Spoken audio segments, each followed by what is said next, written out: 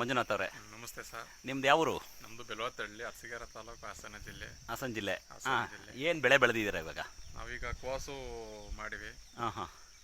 ಮೊದಲು ಇವಾಗ ಎಷ್ಟು ದಿವಸಕ್ಕೆ ಹಾಕಿದಿರಿ ಮೊದಲು? ಮೊದಲು 20 ದಿವಸ ಹಾಕಿದ್ದು, ಡೆವಲಪ್ ಕಂಡಿರಲಿಲ್ಲ. ಹಾಂ ಹಾಂ. 20 ದಿವಸದ ಮೇಲೆ ಆಕ್ಟಿವ್ ಗೋಲ್ಡು, ಜೈಮು ಮತ್ತು ನಿಮೈಲ್ ಮತ್ತು ನಿಮೈಲ್ ಹಾಂ ಹಾಂ ಎಲ್ಲ ಮಿಕ್ಸ್ ಮಾಡಿ ಹೊಡೆದಿದ್ದು 10 ದಿವಸಕ್ಕೆ ಡೆವಲಪ್ ಬಂದೋಯ್ತು. ಈಗ ಸೂಪರ್ ಆಗಿದೆ. ಹಾಂ ಹಾಂ ಹಾಂ. ಇದ್ರ ಬಗ್ಗೆ ನಿಮ್ಗೆ ಏನು ಅನ್ಸುತ್ತೆ? ಈಗ ನಾವು ಒಂದು ಚೀಲನೂ ಗೊಬ್ಬರನೂ ಹಾಕಿಲ್ಲ, ಎಲ್ಲ ಇದ್ರಾಗೆ ಎಲ್ಲ ಫುಲ್ ಡೆವಲಪ್ ಬಂದಿದೆ. ಗೊಬ್ಬರ ಹಾಕೋದು ವೇಸ್ಟ್ ಅನ್ಸುತ್ತೆ. ಹಾಂ. ನಮಗೆ ಖುಷಿಯಾಗಿದೆ. ಖರ್ಚು ಏನು ಕಡಿಮೆ ಆಗ್ತಾ ಇದೆಯಾ ಅಥವಾ ಜಾಸ್ತಿ ಆಗ್ತದೆ ಮೊದಲಿಗಿಂತ? ಬರೀ 600-800 ರೂಪಾಯಿ ಖರ್ಚು ಮಾಡಿನಿ ಅಷ್ಟೇ ಇದಕ್ಕೆ. ಹಾಂ ಹಾಂ ಹಾಂ.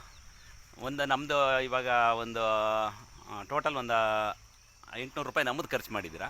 ಬಟ್ ನಿಮಗೆ ಏನು ಅನ್ನಿಸ್ತಾ ಇದೆ? ಮೊದಲು ನೀವು ರಾಸಾಯನಿಕ ಗೊಬ್ಬರ ಹಾಕ್ತಿದ್ರಿ, ಒಂದು 3 ಚೀಲ ಗೊಬ್ಬರ ಹಾಕ್ಬೇಕಾಯ್ತು, ಯೂರಿಯಾ ಹಾಕ್ಬೇಕಾಯ್ತು, ಎಲ್ಲ ಉಳಿದಿದೆ. ಬರೀ 800 ರೂಪಾಯಿಲಿ ಈ ಥರ ಬಂದಿದೆ. ನಿಮಗೆ ಇದಕ್ಕೆ ಏನು ಅನ್ಸುತ್ತೆ?